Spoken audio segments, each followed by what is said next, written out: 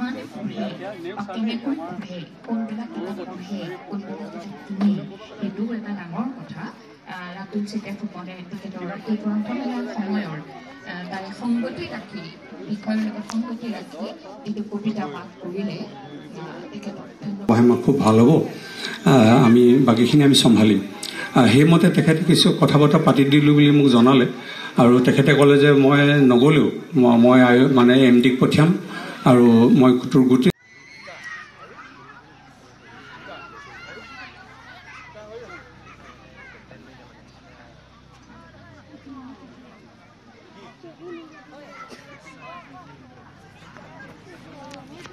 কি হয় মনালিসা কবই ভাই ব্রিক মানে কি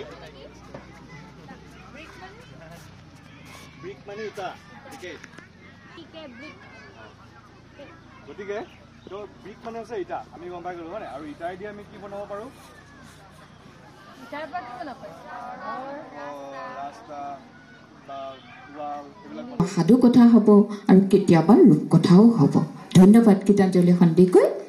এইবাৰ আমন্ত্ৰণ জনাইছো আৰতি বৰা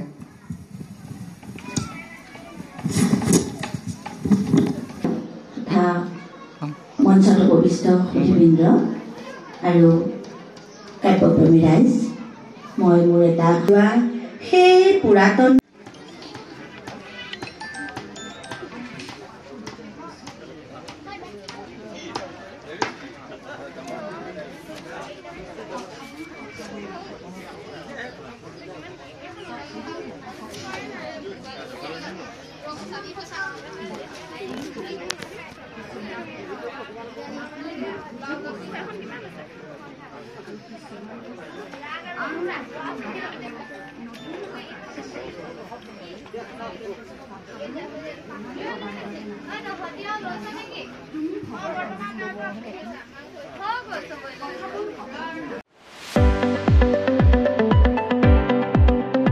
ৰঙাপাৰাবাসীৰ বাবে সুখবৰ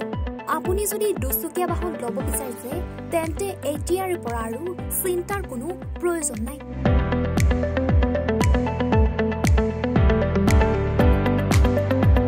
আপুনিও আহিব পাৰে DBP এছ'চিয়েটৰ বাজাজ টু হুইলাৰ ডিলাৰ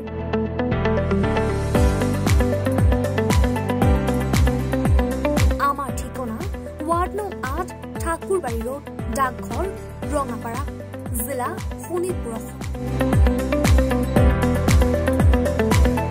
আমাৰ যোগাযোগৰ নম্বৰ 9435707133